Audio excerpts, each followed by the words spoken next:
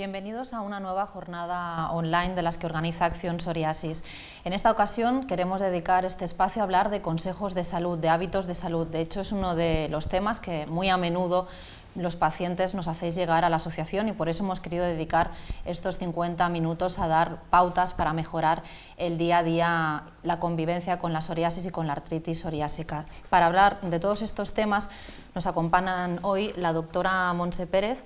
La doctora Montse Pérez es dermatóloga de la Clínica Moragas, pero tiene una larga relación con Acción Psoriasis. De hecho, es una de las dermatólogas que participó en la fundación de la asociación y le agradecemos mucho que nos acompañe hoy. A vosotros, buenas tardes. Buenas tardes. Mon Gálvez, enfermera y nutricionista de Acción Psoriasis. Buenas tardes. Buenas tardes. Susana Cantalejo, que es la psicóloga de Acción Psoriasis también. Y Celia Marín, que es responsable de redes sociales y será la persona que hará llegar las preguntas que nos hagáis llegar a nosotros a través de las redes sociales durante la jornada. Encantada de estar aquí. Muy bien. Celia, si quieres puedes comentar cómo puede todo el mundo que quiera hacernos llegar sus consultas.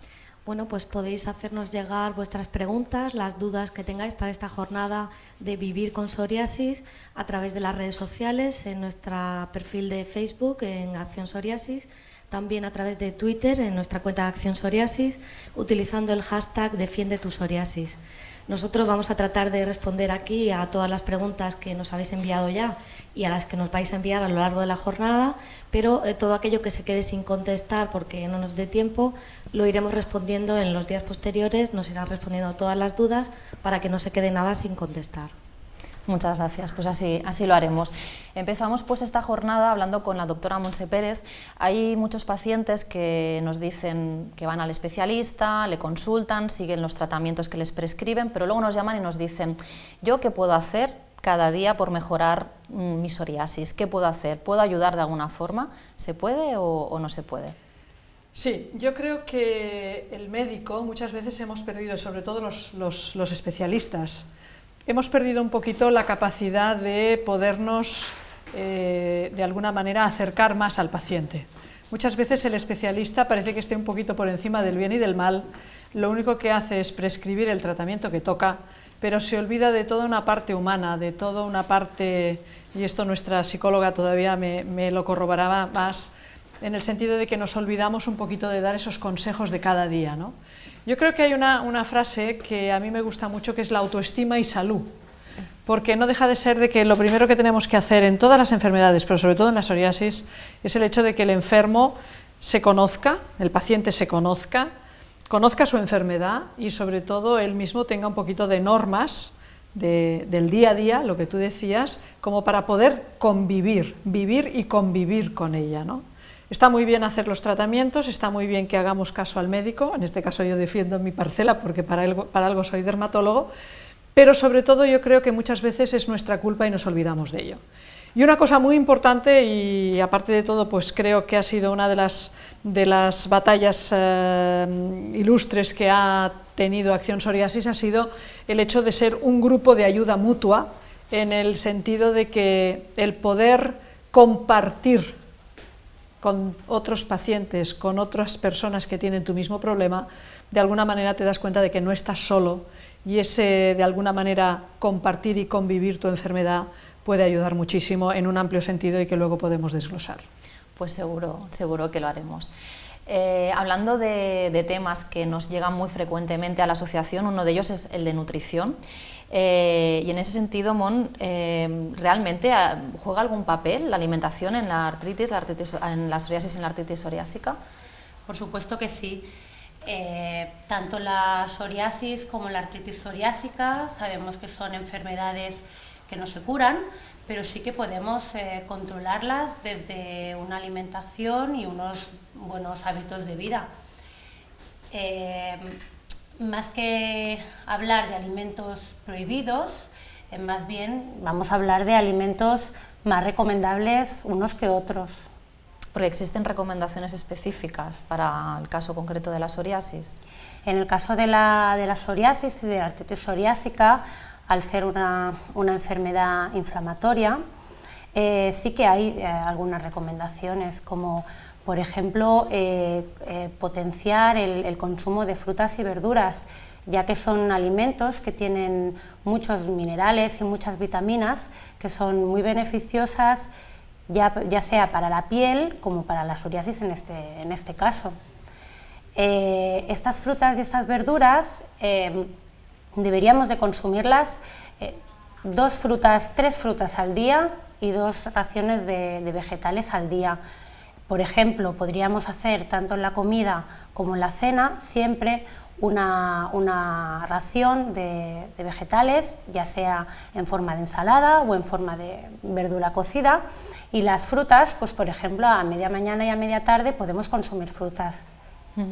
Yo quería apuntar una cosa en lo que decía Mon, y es que desde el punto de vista médico sí que tenemos también una evidencia muy importante, y es en cuanto, más que en la nutrición en sí, en la obesidad, ¿no? La psoriasis se sabe que es una enfermedad la cual no le gusta nada la obesidad. Se dice, y es verdad, y se ha recogido, que en los campos de concentración durante la Primera y la Segunda Guerra Mundial no existía la psoriasis. ¿Por qué? Pues porque la gente estaba muy delgada, ¿no? Con lo cual sí que desde luego se ha visto que en personas que las pones con una dieta hipocalórica y reduciendo su peso es uno de los factores que hace que la psoriasis sea mucho más controlable. Y además también, reabundando en lo que ella decía, el hecho de poder reducir el peso también muchas veces nos puede facilitar la dosis de tratamiento que a veces el enfermo necesita. Muchos medicamentos, saben ustedes que la dosis que va a recibir el enfermo está en relación con su peso. Claro, si aquel peso lo reducimos va a ser una dosis muchísimo menor la que va a necesitar aquella persona. ¿Y hay algún tipo de alimentos que sean antiinflamatorios, por decirlo de alguna manera, y que también por ese motivo puedan ayudar? Sí que existen ciertos alimentos que tienen sustancias antiinflamatorias. Estos, por ejemplo, son los omega 3. Los omega 3 los podemos encontrar en los pescados, sobre todo en los pescados azules, el atún, el salmón, las sardinas, y también esos omega 3 los podemos encontrar en los frutos secos, por ejemplo las nueces, las almendras, las avellanas. Es verdad que los frutos secos sabemos que pueden engordar, sí, pero depende de la cantidad que consumimos. Yo siempre recomiendo tomar 2 puñaditos de frutos secos al día y repartidos.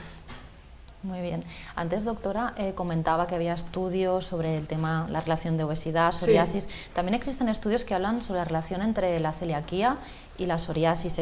¿Realmente se ha comprobado si hay una asociación? Hay todavía muchos estudios en paralelo, porque realmente son estudios más bien desde el punto de vista genético, de que hayan fracciones genéticas que condicionen al hecho de poder sufrir aquel tipo de enfermedades, ¿no? Lo que sí que es bien cierto, lo que decía Mon también, es que históricamente se sabe, por ejemplo, que una cierta parte de los esquimales no tienen psoriasis, y entonces se vio que era una población de que su dieta es una dieta muy rica en omega 3, en omega 6. ¿Por qué? Pues porque lo que comen básicamente son pescados azules y tal, y entonces, bueno, pues de alguna manera todo esto luego se ha llevado también desde un punto de vista más científico a poder establecerlo también en nuestros pacientes. Mon, ¿quieres añadir alguna cosa sobre el tema de celiaquía? Habiendo comentado el tema de la celiaquía, me voy un poco a la salud intestinal. Es muy importante a todos los niveles, para cualquier persona, pero en el caso de la psoriasis también, una buena salud intestinal, y esto lo conseguimos consumiendo fibra. Volvemos a las frutas, volvemos a las verduras, y volvemos también a todos aquellos cereales y lo que son derivados, que sean siempre integrales. A derivados me refiero al pan, la pasta, el arroz, siempre intentar que sean integrales. Y escuchando las recomendaciones que nos estáis dando, ¿es fácil que los pacientes las sigan? Es decir, que a veces parece más difícil, ¿no? Porque hay que tener mucha disciplina, lo que comentabas, ¿no? Pues 2 o 3 raciones de fruta. ¿Cómo se afronta o cómo afrontáis cuando un paciente, pues, de alguna forma os reclama cierta ayuda en este tema, pero le cuesta? O sea, ¿cómo se afronta? Intentamos siempre dar pasitos pequeños, poco a poco, ir poco a poco haciendo las cosas mejor. Un poco establecer una dieta personalizada con la persona con la que estás hablando, y poquito a poco ir haciendo cambios. No se trata de hacer muchos cambios a la vez. Muy bien. Sí, yo creo que el paciente acepta muy bien todo aquello que tú le vayas a contar que va a mejorar su calidad de vida. Cuando hacías esta pregunta, yo me estaba imaginando, por ejemplo, un deportista que va a un nutricionista que le dé una dieta. Esta persona será capaz de tomarse el puñadito de frutos secos, la pasta integral, el tal, porque sabrá que su rendimiento será otro. Con lo cual yo creo que todo depende mucho de la parte emocional positiva, incluso que nosotros le pongamos a la hora de explicar las cosas, ¿no? Si nosotros somos los primeros en que tiene que tomar la pasta, le iría muy bien tomar la pasta integral, tomarse esto, pero en cambio, si lo haces desde un punto de vista optimista y desde un punto de vista positivo, aquella persona, siempre hay el pasota, siempre hay quien pasa olímpicamente de su enfermedad. Bueno, esto es algo que yo siempre digo, que hay enfermedades de la piel que son enfermedades totalmente cosméticas. La psoriasis es una enfermedad que se ha visto que está comprometida con muchos otros órganos, pero no deja de ser que a la persona que la sufre, lo que le afecta más es la manifestación estética que puede tener, ¿no? Entonces, todo depende un poco cómo nosotros brindemos esta autoestima, como para mejorar su autoestima. Ha hablado de deporte, que es uno de los temas también que queríamos hablar hoy. Usted es una gran deportista. Bueno. Y hay mucha gente en las jornadas que hacemos presenciales, muchísimas personas nos preguntan: ¿y yo puedo hacer deporte? ¿Tengo que tener algún tipo de precaución a la hora de practicar, pues, la actividad física que más me gusta? Yo diría un rotundo no. El paciente con psoriasis, la persona que tiene psoriasis, puede practicar absolutamente cualquier tipo de deporte que le guste y en el cual se sienta cómodo. La única salvedad que yo debería hacer como médico es que cuidado, porque hay algunos deportes que pueden comportar más o menos traumatismos o más o menos laceraciones o heridas sobre la piel, y que aquella zona de piel que ha sido dañada puede sufrir una placa de psoriasis. Es lo que se llama el signo de Brusting, que es el hecho de que tú te puedas hacer una ligera herida y allí de alguna manera se reproduce la enfermedad, ¿no? Entonces, bueno, estas cosas sí que hay que tenerlas desde un punto de vista práctico en cuenta. Sobre todo en los niños, por ejemplo, si juegan, pueden caerse en el patio y pueden aparecer zonas, por ejemplo en las rodillas, placas de psoriasis, si aquella persona es una psoriática, ¿no? Pero en principio yo diría un rotundo sí a cualquier deporte que a la persona le guste practicar. ¿Y hay algún tipo de vestimenta, de equipación que sea más recomendable, tejidos? Yo siempre diría que las personas con una piel delicada o con una piel particular, como puede ser la persona que tiene psoriasis, la persona que tiene una dermatitis atópica, siempre son pieles que son más secas y que por lo tanto de alguna manera pueden tener un olor un poco peculiar a veces cuando se suda, o costarle más sudar. Yo a estas personas sí que les recomendaría que siempre utilizasen algodón. Hoy en día están muy de moda las fibras de licra, son prendas que son muy cómodas, son muy bonitas, no transpiras, pero la verdad es de que la piel está mucho más cómoda con las prendas clásicas de algodón o de hilo. Y si nos gustan este tipo de prendas, pues podemos debajo ponernos una de algodón, que aparte de todo, pues nuestra piel nos lo agradecerá. En el caso de la artritis, ¿alguna recomendación para practicar deporte que es? Sí, claro. En el caso de la artritis siempre tendremos que tener muy en cuenta el tipo de dolencia o el grado de artritis o el grado de dolor o el grado de discapacidad en general que aquella persona pueda tener. Pero en principio es algo del querer es poder, y que la persona que quiere y puede lo puede hacer en absolutamente todo, todo. Muy bien. Y Susana, desde el punto de vista anímico, el deporte imaginamos que también tiene mucho que decir, ¿no? Pues aparte de los beneficios físicos que pueda tener, también tiene a nivel psicológico. Por ejemplo, ¿no? Una persona que esté muy estresada, pues el deporte puede servir como vía de escape para descargar toda aquella energía que se ha ido acumulando durante el día. Para personas que tienen el estado de ánimo un poco más decaído, pues también le iría bien hacer una actividad física, ya que se liberan endorfinas y estas ayudan a mantener un estado de euforia y nos hacen sentir mejor. También, claro, cuando practicamos deporte, de alguna manera también estamos tonificando el cuerpo y eso también hace que suba la autoestima. Claro. Y por último, pues creo que es muy importante recordar, ¿no?, que si practicamos un deporte en grupo, vamos desarrollando lo que es el sentido de pertenencia a un grupo. Y en este sentido no podemos olvidarnos de que el ser humano es un ser social y entonces todo lo que sea relacionarse con personas pues siempre le va bien. Sí, ayer en este sentido había un artículo en La Vanguardia, creo que era sobre otra cosa diferente, porque era sobre el cáncer de mama, pero que ya se tenían estudios fehacientes de ver cómo se llevaba la enfermedad a una persona que se sentía acompañada.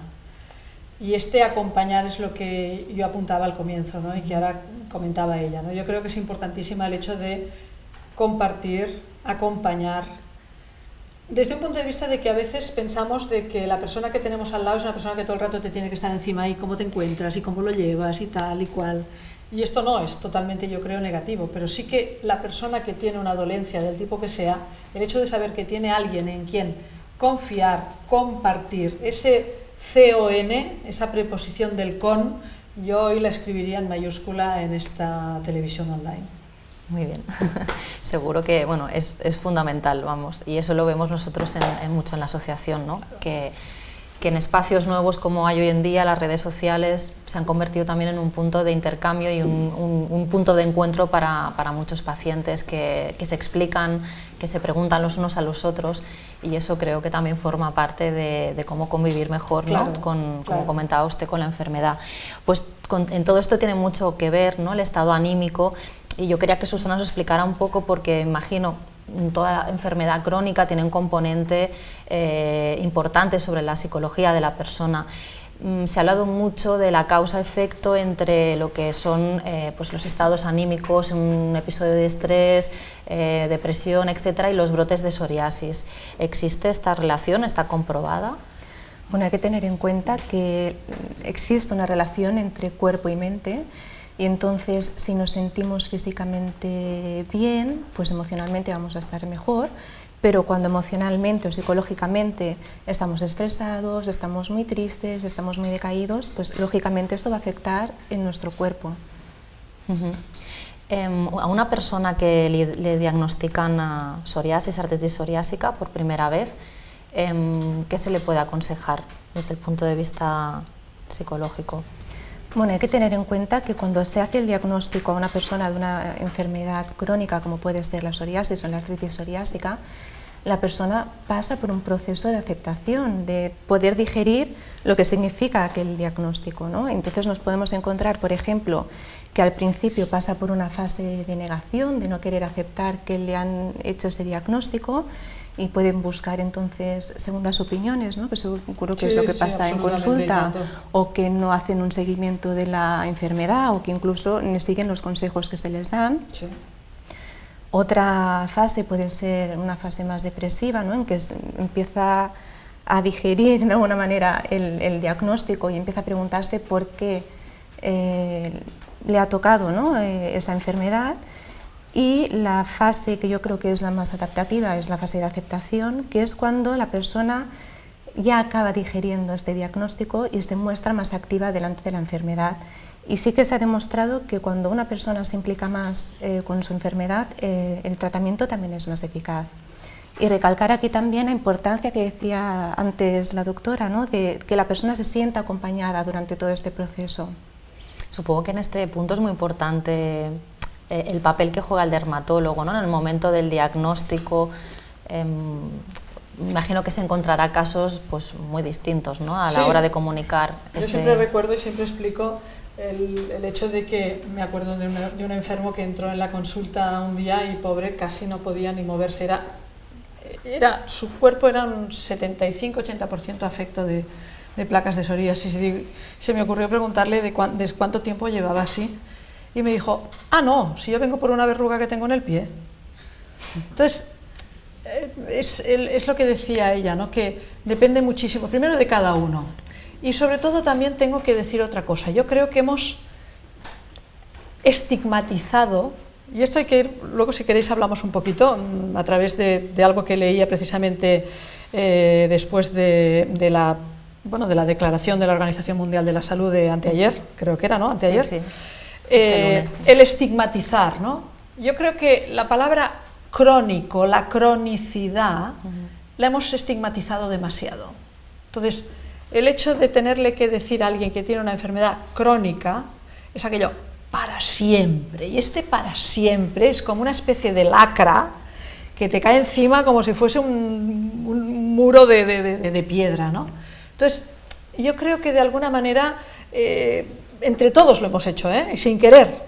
Nos hemos defendido un poco, es una enfermedad inflamatoria, crónica, y entonces esto lo hemos extrapolado, es una definición que ha aparecido en todos los tratados de dermatología desde que yo estudiaba dermatología hace 40 años, y la hemos ido trasladando a la sociedad y no nos damos cuenta del peso específico que tiene la palabra crónico. Es como otra cosa que tampoco me gusta nada. Esta persona es psoriática, esta persona no es psoriática, esta persona tiene psoriasis, esta persona no es una persona psoriática, es fulanito de tal y se dedica a la arquitectura y tiene psoriasis. No es un psoriático, no, es la enfermedad es la psoriasis, pero él no es un psoriático. ¿Y cómo se puede trabajar todo eso? Pues yo creo que es una responsabilidad, esto lo hemos hecho nosotros, lo hemos creado nosotros, perdón que me he tocado el micro y debe estar haciendo ruido. Lo hemos creado nosotros, lo ha creado la sociedad, lo ha creado la sociedad médica, y creo que es un trabajo a hacer entre todos. Los primeros, los que nos dedicamos a ver cada día a pacientes, que de alguna manera hemos de cambiar este chip, y los primeros que necesitaríamos un poquito de coach y un poquito de psicología somos nosotros. Yo entono mi mea culpa desde mi parcela. Bueno, seguro que todos por eso tenemos algo que hacer, y se refería la doctora Pérez a una noticia, bueno, a una resolución que aprobó este mismo lunes la Organización Mundial de la Salud, fruto de una campaña internacional en la que ha participado también Acción Psoriasis, en la que se pedía, pues, y se pide a todos los Estados miembros que se impliquen más con la enfermedad. Entonces, bueno, se ha conseguido que se reconozca a la psoriasis como una enfermedad crónica grave y que se la tome en serio como se merece, ¿no? A nivel de la Organización Mundial de la Salud, cosa que tiene, pues, como es un hito histórico, podemos decir, para la comunidad de pacientes de psoriasis. Estamos muy contentos que se haya producido este hecho. Por supuesto, porque realmente, debido a la alta incidencia en la población mundial de la enfermedad, ya era hora de que realmente la persona que tiene una enfermedad como esta pues pueda tener una serie de beneficios, digámoslo así, que han tenido otras enfermedades y que la psoriasis pues hasta el 26 de mayo del 2014 no ha tenido. O sea que felicidades. Muy bien, muchas gracias. Felicidades felicidades a todos. Precisamente una de los aspectos que reconoce la resolución de la OMS es el impacto psicológico que tiene la enfermedad sobre las personas que la padecen, ¿no? Volviendo un poco al tema de la cronicidad, ¿cómo influye o qué casos son los más frecuentes que, por ejemplo, te encuentras tú en pacientes de psoriasis? Pues hay mucha gente, ¿no?, que lo primero que pasa es que se siente triste, se siente más decaída, se puede sentir enfadada, agobiada, pero yo lo que más me he encontrado sobre todo es gente que le cuesta aceptar que su cuerpo está sufriendo un cambio y que no puede tener un control sobre él. ¿Y qué consejos darías? Porque se habla mucho de estrés, hemos estado hablando en diferentes ocasiones de estudios, ¿no?, en relación a la psoriasis, de los distintos temas que hemos tratado, alimentación, deporte. También existen numerosos estudios que hablan sobre la asociación entre estrés y psoriasis. Me gustaría que nos comentara, doctora Pérez, realmente si eso está comprobado, si sucede, porque hay muchas personas que dicen, me ha pasado esto y a raíz de esto he tenido un brote, pero igual no saben que es una cosa que es así, que realmente pasa, que no es un hecho que le haya pasado a él individualmente o a ella. Normalmente en medicina nos encontramos con muchos casos y muchas enfermedades en las cuales existe un antecedente de un hito importante en la vida de aquella persona. Esto se ve incluso en enfermedades inmunológicas, se ve en enfermedades inflamatorias, se ve en casos de cáncer, lo cual es la demostración fehaciente de que la mente y el cuerpo, como decía ella, van íntimamente ligados, y que el hecho de que haya un hito importante en la vida de alguien puede desencadenar cualquier tipo de enfermedad. De todas formas, yo creo que hay factores que muchos de nuestros televidentes ya sabrán, pero que pueden en un momento determinado desencadenar un brote de psoriasis o bien poner de manifiesto una enfermedad de psoriasis que no se sabía de antemano. La primera, el estrés. Un hito importante, una época de nervios en la vida, cualquier cosa de este tipo puede hacer o puede ser un factor desencadenante. Otro, lo que comentaba ella, la obesidad, una mala dieta, una mala nutrición. O tercer factor importantísimo, inflamaciones o infecciones. De todos es conocido, por ejemplo, haber tenido una sinusitis, haber tenido una otitis, haber tenido una amigdalitis, una faringitis, una gripe y un brote de psoriasis. Y por último, yo diría el alcohol. El alcohol, ya no como alcohol en sí, la persona que bebe alcohol, sino los problemas de hígado. El hígado no deja de ser un órgano muy importante desde el punto de vista de depuración de nuestro cuerpo, con lo cual es importantísimo que lo tengamos de alguna manera bien controlado, y por lo tanto el alcohol también se ha dicho que es un factor muy importante a la hora de poder desencadenar un brote de psoriasis o poner de manifiesto una persona. Al fin y al cabo, yo muchas veces lo que les cuento a mis pacientes es que cuando a una persona le das el diagnóstico de psoriasis, aquella persona es psoriática, no es psoriática, tiene su fracción genética desde el día que nació. Hay un hito en la vida que lo ha puesto de manifiesto. Yo, de momento, no he manifestado, pero no lo sé si lo puedo tener. Entonces, estas cosas son las que realmente nos hemos de empeñar, la sociedad médica y todos en conjunto, como para de alguna manera ayudar en este aspecto, porque creo que tenemos mucho trabajo que realizar. ¿Y hay algún tipo de consejo, Susana, que se pueda dar a los pacientes que tienen psoriasis? Porque, bueno, si resulta que hay episodios de estrés, una cosa es un hito, ¿no?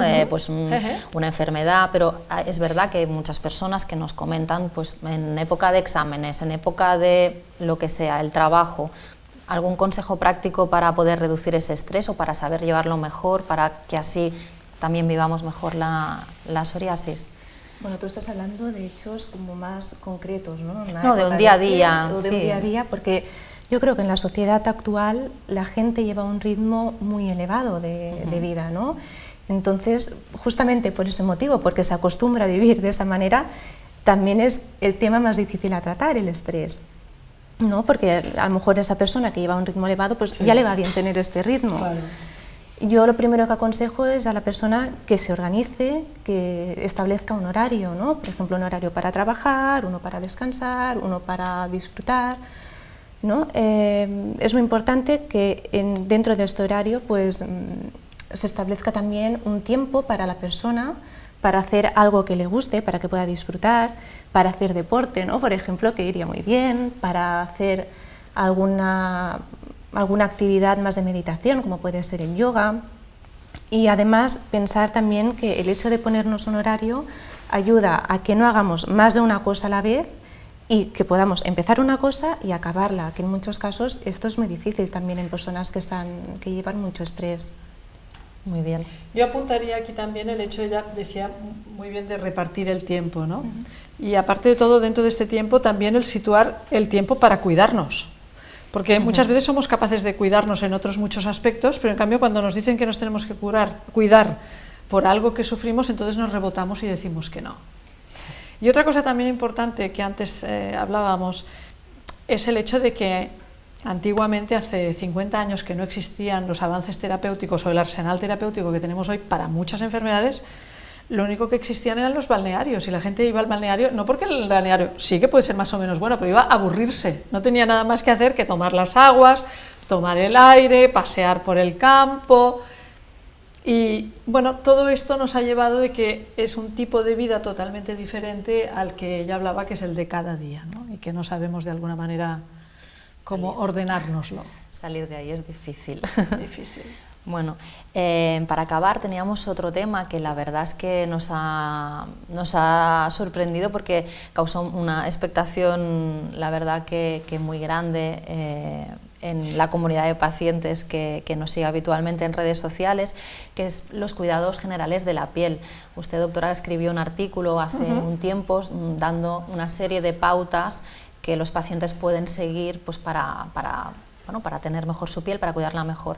Me gustaría si puede pues, comentar algunos de estos cuidados, porque la verdad es que creemos que son consejos que van muy bien y que son muy interesantes para mucha gente. Sí, yo básicamente desde un punto de vista muy general, en líneas generales, lo que apuntaría es la piel psoriática es una piel que puede llevar una vida totalmente normal, pero que vale la pena de tener en cuenta, por ejemplo, nuestras duchas y nuestros baños. Pues las aguas calientes son aguas que nos deshidratan mucho más la piel. Si nos miramos una placa de psoriasis de nuestra piel, veremos que es una piel seca, una piel que se rompe con facilidad, que muchas veces nos pica, que a veces incluso se fisura, se puede agrietar un poco, y que si además esta zona de la piel la sometemos a un lavado con agua caliente, pues de alguna manera todavía la tendremos más seca. Entonces siempre utilizar agua que esté a temperatura ambiente, ni muy caliente ni muy fría. Si nos gusta el agua fría, fantástico. Si nos gusta el agua caliente, ya hay que frenarla. Y luego otra cosa también muy básica es el hecho de tener la piel lubricada, tanto la placa de psoriasis como nuestra piel en general. Se ha comprobado, y esto hay muchos artículos ya publicados, en los cuales la persona que tiene psoriasis y que es capaz de mantener la integridad de su piel, o sea, una piel bien hidratada, es muchísimo menos factible que pueda desarrollar un brote de psoriasis. Con lo cual, aquello que muchas veces nos cuesta de hidratarnos la piel, no nos gusta, hoy en día tenemos unas lociones, tenemos unos aceites, tenemos unos bálsamos, tenemos unas cremas sensacionales que ni pringan, ni son sucias y que tenemos de todos los gustos, de todos los olores, como para tener realmente una piel lubricada, bien protegida y sobre todo con unos buenos emolientes. Y ahora, a la hora de ir a la playa, que sí, de aquí poquito mucha gente pues, se decidirá ir a la playa, a la piscina, ¿alguna recomendación también especial para el cuidado de la piel, aparte de las recomendaciones habituales que ya se hacen en la población general? Sí, la persona con psoriasis sabe que normalmente, no todo el mundo, porque se dice que en medicina, como en el amor, no existe el siempre ni el nunca, con lo cual ese para siempre a mí es algo que me molesta mucho. Y se sabe perfectamente de que el 90% de las personas que tienen psoriasis, que padecen psoriasis, mejoran con el sol. De todas formas, siempre hay que huir de las horas clave, que son entre la 1, 1:30 hasta las 3:30, las 4, como la población general. ¿Por qué? Pues porque vamos a poder tener también una agresión sobre nuestra piel si nos quemamos, que nos puede desarrollar una nueva placa de psoriasis. Con lo cual, lo malo, como cualquier otra piel, es que no nos quememos. Y sobre todo, desde el punto de vista de protegernos, quizá nos irá mejor las lociones con un poquito de sustancia un poco más oleosa, que no los sprays o las lociones que sean muy secas, como para que nuestra piel esté mucho más elástica a la hora de exponerse al sol. Y siempre después utilizar una leche hidratante, un After Sun o cualquier producto que nos pueda aportar ese confort, que al fin y al cabo va a ser prácticamente el mismo que en una piel sin psoriasis. No sé si, Mon, quieres añadir alguna cosa, algún aspecto a destacar en estos cuidados de la piel. Hemos comentado el tema de la hidratación, apuntar que el mejor momento para hidratarse la piel es después del baño, es cierto, después de la ducha. Es verdad. Porque es el momento en que nuestra piel está más hidratada y es el momento en el que si aplicamos esa crema, ese aceite, vamos a retener esa hidratación de la piel. Exactamente. Ya sea en las placas como en el resto, de la piel. Y igual ocurre con las personas con psoriasis o sin psoriasis. Absolutamente igual. Además también creo que es el mejor momento para aplicarse los tratamientos tópicos, ¿no? Sí, absolutamente de acuerdo. Después, cuando la piel está un poquito húmeda todavía o la hemos secado, en vez de frotarnos fuerte dando golpecitos sobre nuestra piel, esta piel es capaz de retener los átomos que hay de aceite en la loción o lo que sea, como para poder hidratar mucho mejor. Cuidado si los productos llevan urea, porque a veces la urea, si la piel está muy seca, puede picar.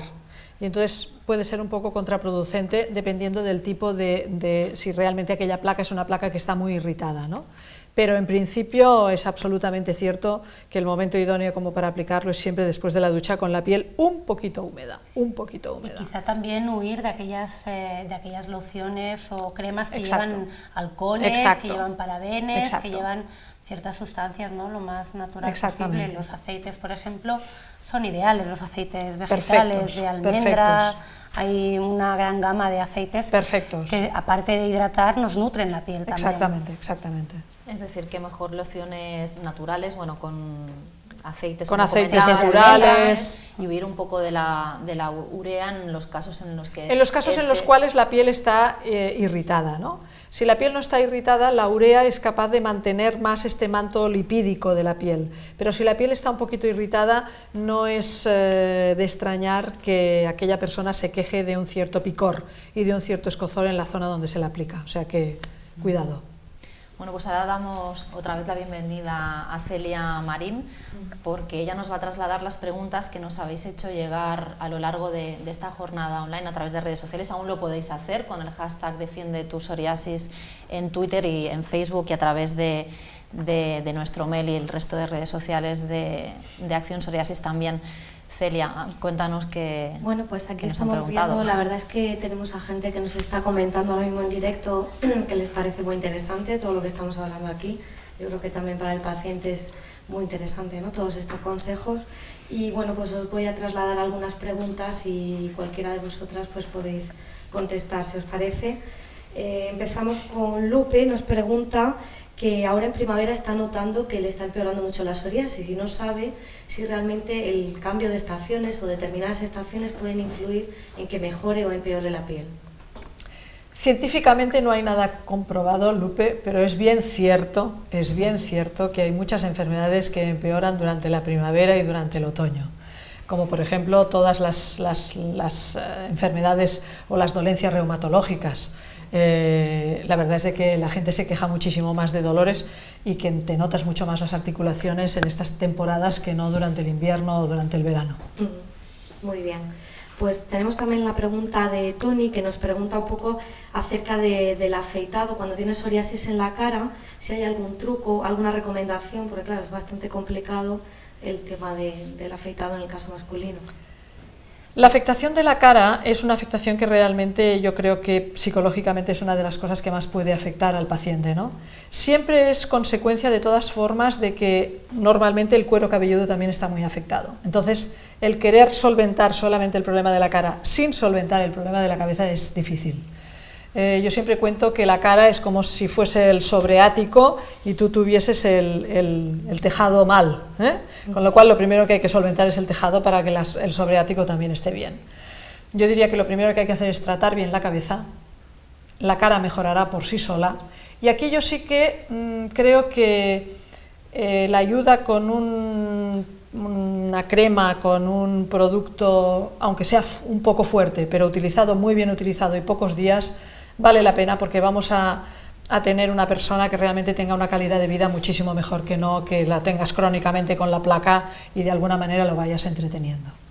Y aparte del tratamiento, también hidratar mucho la cara en general y las zonas sobre todo, sí, pero antes y después del afeitado, ¿no? Eso por supuesto. En el afeitado hay que tener en cuenta siempre de que hay que utilizar antes una crema emoliente como para dejar al pelo más dúctil, para que pueda ser fácilmente afeitado, y después siempre utilizar un método del afeitado que no sea cruento, o sea, que no estés allí intentando rascar al máximo, porque lo único que hace si no es hacer eso, microtraumatismos sobre la piel que todavía pueden ser más dañinos.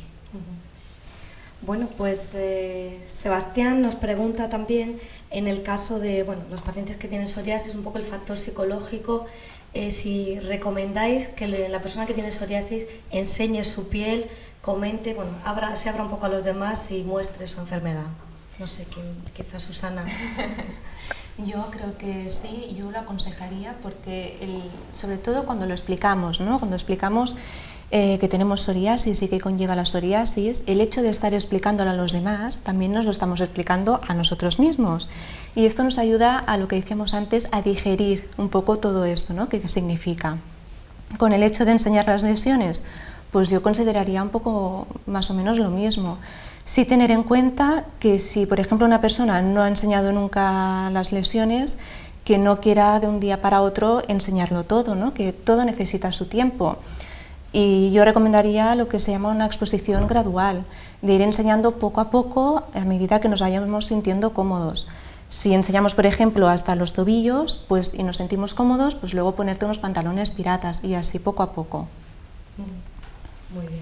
Y un poco en esa línea también nos preguntan más hacia los dermatólogos si recomiendan a los pacientes que acudan a la asociación de pacientes o que comenten con otras personas, pero desde la misma consulta del médico, o esto no, digamos que el dermatólogo no se mete mucho en esta relación personal.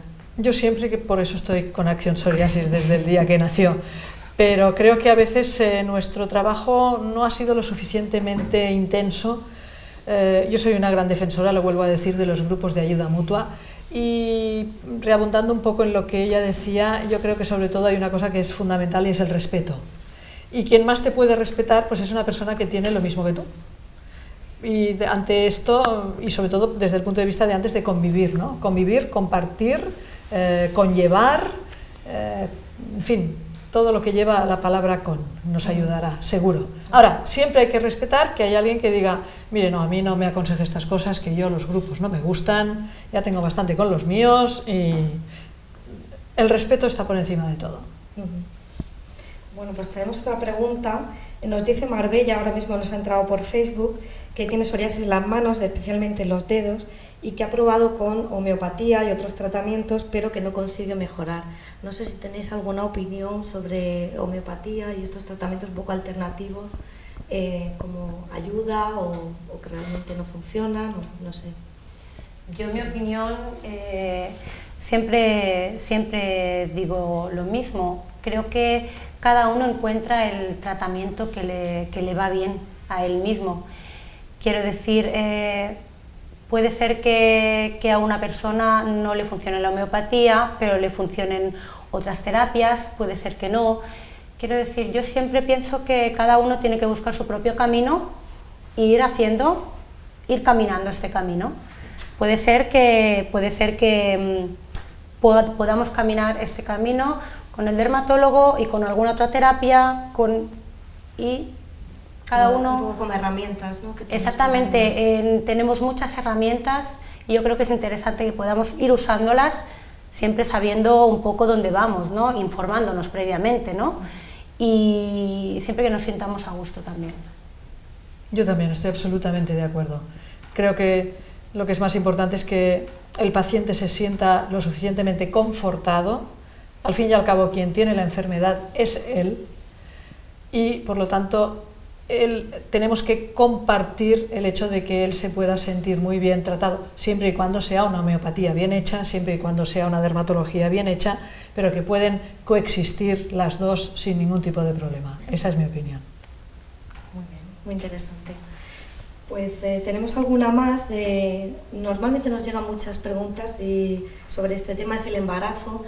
Tenemos muchísimas mujeres pues, que durante el embarazo no pueden tomar ninguna medicación o casi ninguna medicación, y aunque mucha gente mejora durante el embarazo, también hay mujeres que sufren un brote, y bueno, si podemos ofrecerles algún consejo o alguna idea para sobrellevar un poco este tiempo, tanto por parte de la dermatóloga como quizá alimentación o un poco a nivel anímico.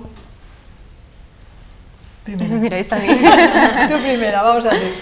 Bueno, Susana. yo lo que sí que quería hacer énfasis quizás, ¿no? Es aunque no pueda seguir un tratamiento médico por el embarazo, sí que hay otros factores que se pueden cuidar, ¿no? Como por ejemplo la alimentación, los hábitos saludables, también no descuidar la parte emocional, ¿no? Y yo creo que es muy importante sobre todo que se pueda sentir acompañada en todo este proceso.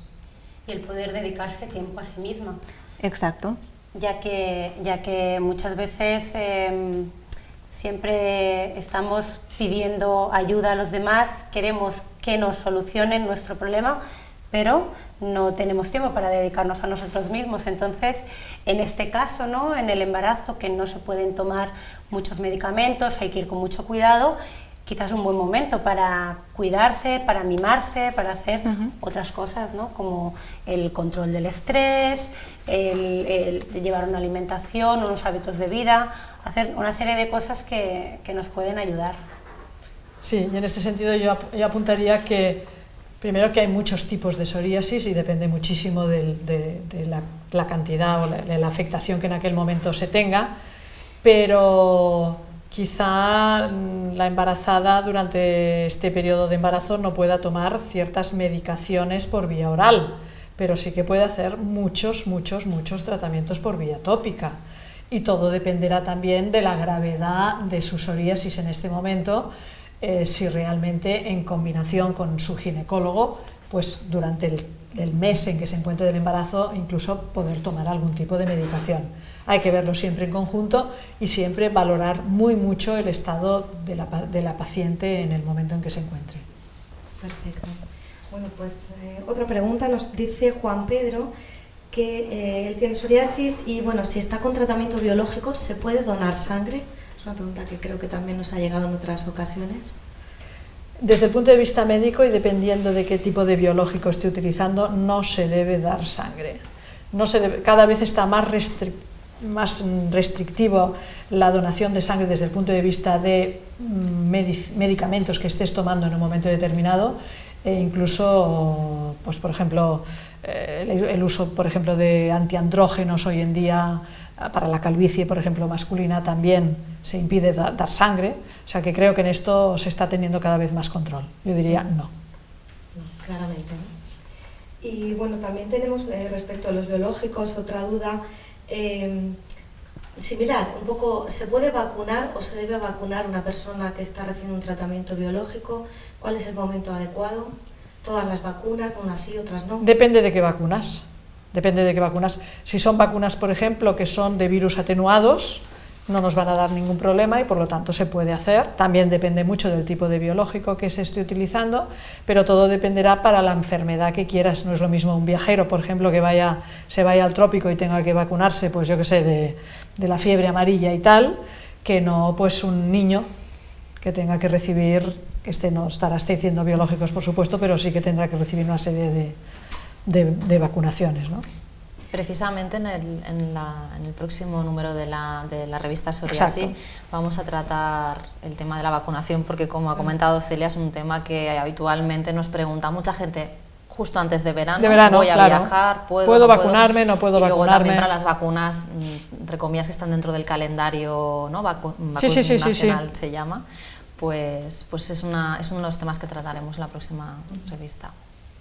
Pues un poco en esta línea también, siguiendo esto, nos pregunta Irene que si en un momento dado tiene que suspender el biológico por un viaje al extranjero, porque alguna otra razón, luego cuando vuelve a España, un poco si hay un protocolo, si puede retomar el biológico, tiene que volver a tratamientos anteriores, va a recorrer toda esa escala terapéutica, o esto depende.